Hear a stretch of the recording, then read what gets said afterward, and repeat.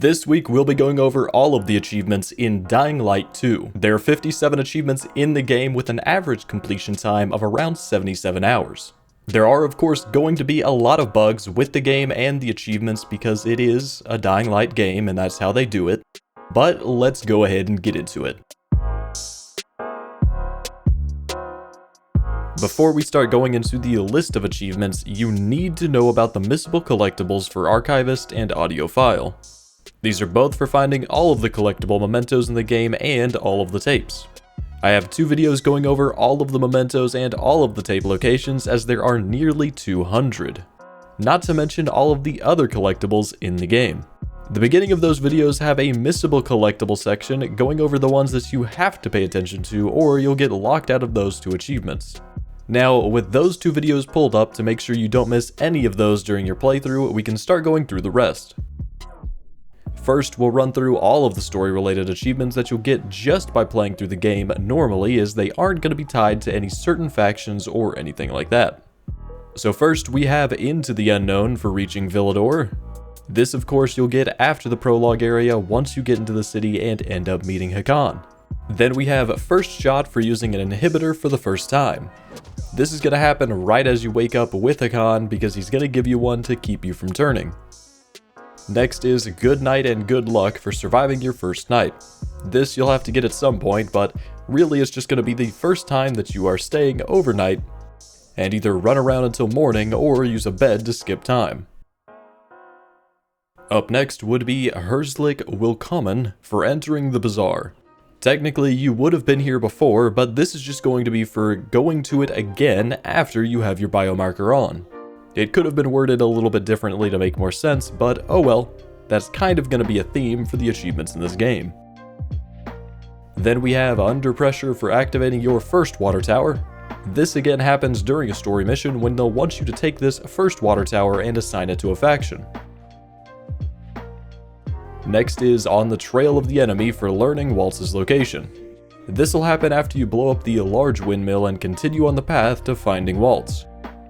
Then once you get to the central loop, you can get Light in the Darkness for activating your first electrical station. Luan will have you do this once you first get to the central loop to get the power back on in some areas of the city. Next up is Get Out of My House for defeating the renegades attacking the fisheye. This of course you'll get after the renegades launch their assault and you push them back. Then we have We Will Be Heard for restoring the radio broadcast tower. This will be at the end of the broadcast mission when you get that up and running, whether you work with Matt Jack or with Frank. Next would be Known Associate for learning the whereabouts of Veronica Ryan. This will be when you find out where Veronica is so that you can go find her and get her to help you. Debris and Ashes you'll get for reaching the observatory with Veronica. She's going to bring you there and that's where you're going to get this achievement. She'll bring you there during the story missions with her, and that's how you'll get this achievement. Then there's Brush with Death for waking up after the missile strike. This will be later on when you're with Veronica, where you happen to snap and kill her. Next would be Going Down for entering the X-13 elevator. This is near the end of the game when you go to finally end things with Waltz and find your sister. Of course, that means we're also going to get Family First for finding your sister once you actually do that later on in that area.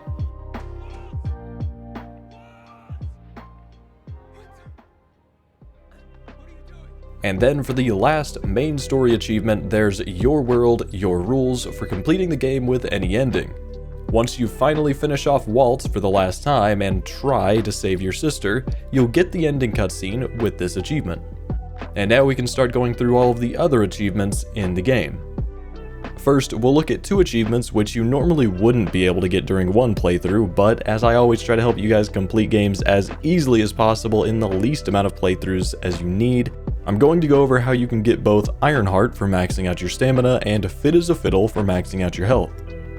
Now since this is done by collecting inhibitors, you actually don't get enough in the game to max out both during one playthrough. Because of that, you're going to have to collect these and never use them until you have at least 82 inhibitors allowing you to do 25 upgrades, as you have to hit 26 to max one of these out. Once you have the 25 available upgrades, you'll have to exit the game, back up your save, and then go through getting both of these. Note that I am on PC playing through on Steam, so this is going to be a little bit of a different process if you're on another platform. So once you have all of those inhibitors, of course we're going to exit the game, open up Steam, and go to the settings for Dying Light 2 to disable cloud saves. This will keep it from overriding anything whenever we're trying to do this. Then we'll open up File Explorer and go to your Steam folder, wherever it's installed. If you're not sure, it's most likely going to be on your C drive, Program Files x 86, Steam, User Data, and whatever your user ID is. This number for the game ID, remote, out, and copy the save folder to your desktop, or some other safe spot. Then when we go to revert our save back, we're just going to copy and paste that folder back here. So with that backup done, we can go back into the game, max out our health, get the Fit as a Fiddle achievement, close the game, revert our save, open up the game again and get the Ironheart achievement. Then you can revert it again and choose how you'd like to actually spend your points to continue on for the rest of your playthrough. Then we'll go over It Wasn't That Hard Was It for defeating your first GRE anomaly. And it really isn't that hard, just go to one of these locations marked on the map at night and defeat the Revenant that guards the inhibitors at that location and then loot that container. Then Revenants will be for defeating all of the GRE anomalies. There are 12 of these anomalies spread across the map. Now this one is pretty buggy, so you may want to make a backup of your save just like I showed for the Ironheart and Fit as a Fiddle achievements before you finish the last GRE anomaly. That way you can keep redoing it to get this one to pop eventually. I didn't get it on my first run, didn't make a save, but then had to go through a second playthrough where I did get it. Going along with clearing other map markers, we have flag burning for clearing your first bandit camp. That'll be one of these marked with a flag on the map, and again, they aren't too hard to do. You just come in, take out the lieutenants and the boss, and then lower that bandit flag. There's also Banhammer for clearing all of the bandit camps. There are only 4 of these bandit camps spread across the map, but of course, like these other notable locations, they'll have their own little icons on the map. Then, Death from Afar is for killing a spitter using a ranged weapon. This will be one of these zombies that spit the green goo at you, and you'll need to kill it with something ranged, like a bow or some throwing knives.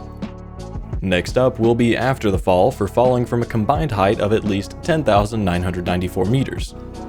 This you might get naturally like I did, or you can farm it by just going up on top of the VNC tower and jumping off of it until you get it.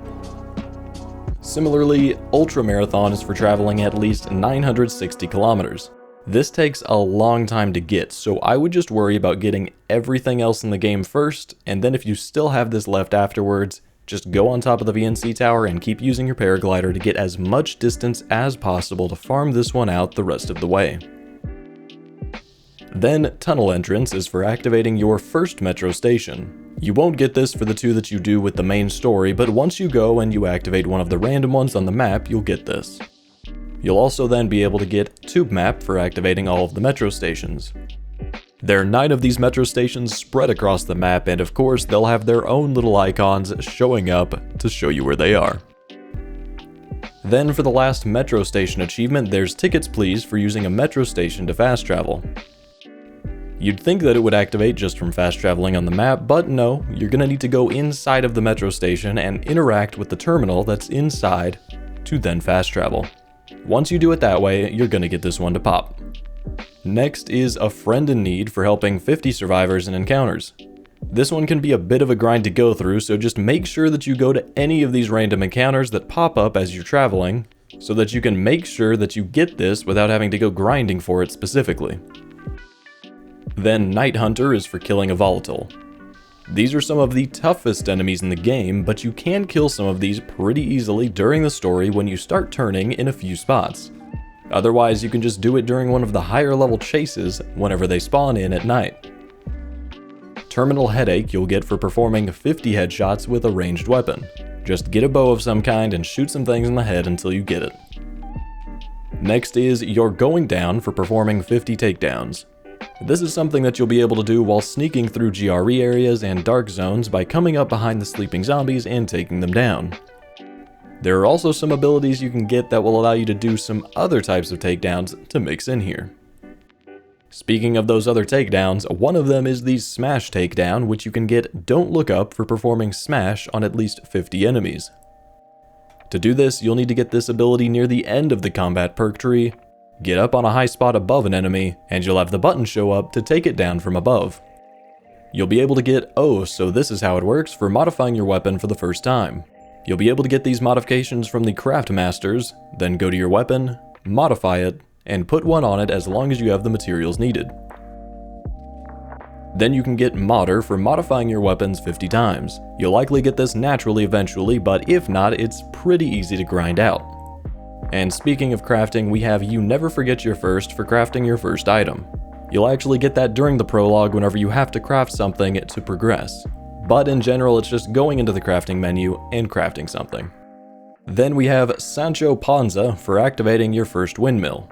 These are the windmills that you'll need to activate to allow factions to move in little settlements in the districts. Then Don Quixote you can get for activating all of the windmills. There are 17 of these windmill locations across the map, and of course they have their own little icon to show their locations on the map. Moving on to another combat achievement, we have Can't Touch This for killing 20 enemies in a row with melee weapons. This is literally just to kill the enemies without getting hit, which you can do pretty easily with some of the regular zombies during the day. For tanning Salon, you'll need to use the UV flashlight to kill a viral. Basically just keep using it on a viral until it dies, which I got accidentally during the time when they tell you to on a story mission. Then there's Can't You Read the Signs for collecting all of the inhibitors in the GRE quarantines. There are 6 of these quarantine buildings scattered across the map, and of course they've got their icons showing you their locations. But basically you just go down floor by floor, grabbing the inhibitors, which there will be 4 of in each. Once you get through all of them, you'll get the achievement. Next is Bootlicker for reaching City Alignment 7 for any faction. I'd recommend just giving everything you can to one of the factions when you have the choice to make sure that you get this. That'll be water towers, electric plants, etc. that add to these points. You'll also get Municipal Services once you assign all of the facilities to factions. There are 7 of these facilities spread across the map. Once you get the last one of them, that achievement will pop. Slowpoke you can get for losing the maximum level of chase. Very simple to do, just run around at night to get to level 4 chase, and then run to a safe zone to lose it. You can also cheese it pretty easily in a spot like here at this metro station by getting close to the safe zone and allowing the level to grow while staying relatively safe. Then Lightning Reflexes is for performing a perfect block 10 times in a row without taking damage. This can be tough to do later in the game when the renegade enemies start doing more heavy attacks and ranged attacks. So I got this done in the first area when you do the combat tutorial with bandits, as it was very easy to get here. We do have a couple of co-op achievements, the first being all social for joining a co-op session, which of course you can do by joining a friend's game. But that's a pretty tough requirement to have, so luckily they put a couple of ways to join random games in the online menu. So join one of those and get that achievement. You can also get That's Teamwork by killing 100 enemies in a co-op game while playing with at least 2 other players. If you just go to the Find Game screen, you can find one with at least 2 other players. Make sure that you go to one of the grayed out options though, as those seem to be the only ones you can actually join. I assume the golden ones are private games and gray are public, but who knows because they don't really have it labeled. True Nightrunner you'll get for completing all of the Nightrunner trials. There are 10 of these challenges on the map, which you'll just need to get at least the bronze medal on. Then Get to the Point is for killing 50 enemies with a spear. If you keep that in mind and use the spear when you see them, you'll eventually get it. But an easy way to grind it out is to just go to each of the GRE anomaly locations and pick up the 3 to 5 or so spears and kill zombies with them as you go by. Next up is Man on a Mission, which you'll get for meeting all of your Sparker love interests. To start this, you'll need to come over to this outpost after the main mission 7, the raid. This guy will tell you about his dating cards he's making and ask you to go find some of the counterfeits and return to get your dating card. Then go to sleep a few times and come back to this same location to meet Juliet, your first love interest. She is not the one though, so you're gonna get through that, and then after the main quest 14, Welcome on Board, you can come back here for the next love interest, Vinny. Then after that, go wait a few more times and you can go to the side quest Sentimental Value over here in the Horseshoe District. After that quest, you can go back to the same location and talk to your third interest, Maya. At this point, you should get the achievement. Bing Bang Boom is for performing an air kick after a double wall run. For this, you'll need to have the skills Tic Tac, Wall Combo, and Air Kick all unlocked from the parkour skill tree. With all of that unlocked, you can go to a random alley or a couple of buildings that are close by and run along one wall, jump over to the other, and then look at a zombie and hit the key that comes up to air kick it for this achievement. It'll likely take a few tries for you like it did for me, but that's pretty much all there is to this one. Then for Who Wants to Be a... You'll need to collect $1 million in old world money. Yes, I know that's crazy because you probably didn't even get 100,000 during your playthrough up to this point. Well, luckily there's a pretty easy way to farm a crazy amount of money. Just make sure that when you do get the choice to drain the dam, you go ahead and do that so that the newfound Lost Lands extra districts will be open for you to run around. Then we'll just need to go get the blueprints for a special weapon, but to do that, you're going to want to unlock the Doom Challenge Room by collecting the 5 black ducks hidden around the map. I'll go ahead and show those real quick here so you can go grab those.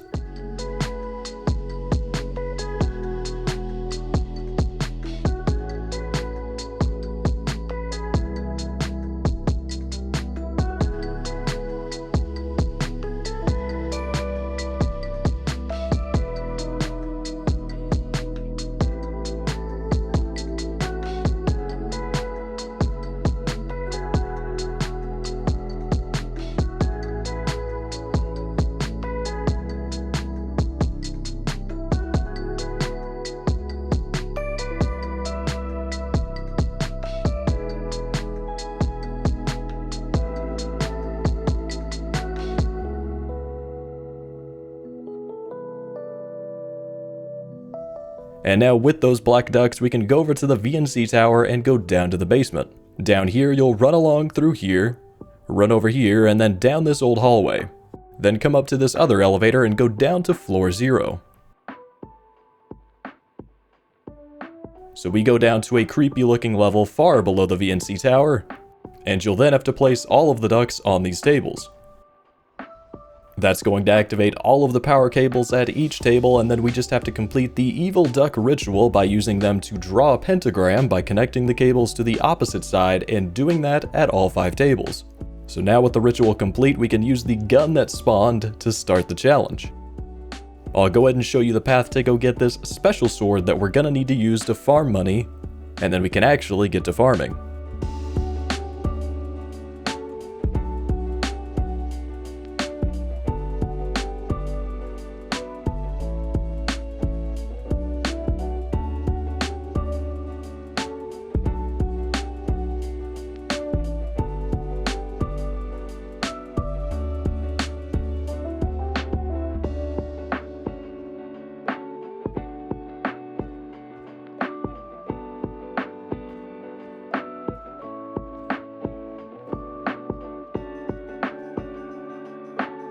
Alright, so once you have the sword blueprints and create it, we have a nice weapon that does 0 damage. Now, how is that going to help us farm anything, you might be asking? Well, right over here on the other side of this bridge, we have a special bolter that spawns near the dam walls on the edge of the map.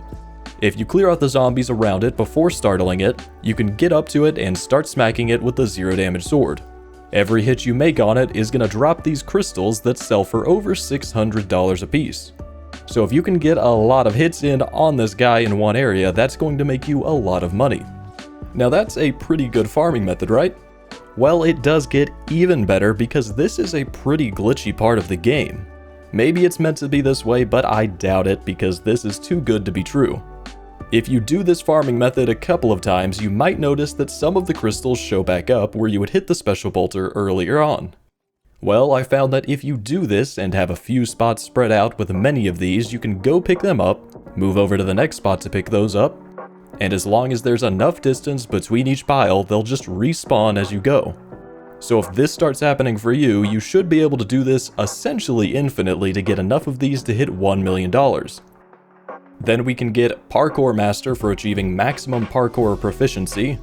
Basically, you just have to get enough parkour levels to get all of the perks. So really that's just going to be going through and doing all of the random things like radio towers, challenges, airdrops, etc. that give you parkour XP. Doing those especially at night to get that 2x multiplier will help a lot. You can kind of farm it on doing challenges and just running around generally at night, so this one is a bit easier to get really close to naturally compared to the next one, Combat Master, for achieving maximum combat proficiency. For this one, you can get a lot of that XP from doing missions and some of the events scattered throughout the map like GRE quarantines, anomalies, and random survivor events. But you also want to keep an eye out for any special zombies, as those are going to give you a pretty nice chunk of XP. With the combat XP, a lot of people have been making little farming videos, but a lot of those methods have been patched out. One place that I don't think will get patched out, because it's essentially just the mechanics of the game, is over here at this metro station. Just get on top of it and trigger some screamer zombies to start a chase at night. Then you can sit right here on top of the part near the entrance down to it, and you can just walk around up there fighting the virals and maybe some volatiles if you're able to. But then if you step onto the little boarded up part here, you can get into the UV light, and you'll get into the safe zone part where you can heal or just end the chase. You might only want to try to farm that a couple of times a night and then go down and sleep so that you can get all of that extra XP and not accidentally die to lose it all. Then we have Find Anything Interesting for finding all 26 of the airdrops around the map. None of these are missable, so after you finish the game, you can use my video that I made going over all of these to get this one done. And then finally we have the last achievement, Street Art Aficionado, for discovering all 70 of the graffiti tag collectibles. I also made a standalone video going over all of these locations, so you can once again wait until after you finish the game to start going through all of those, because none of these are missable. And with that, we have 100% of the achievements in Dying Light 2.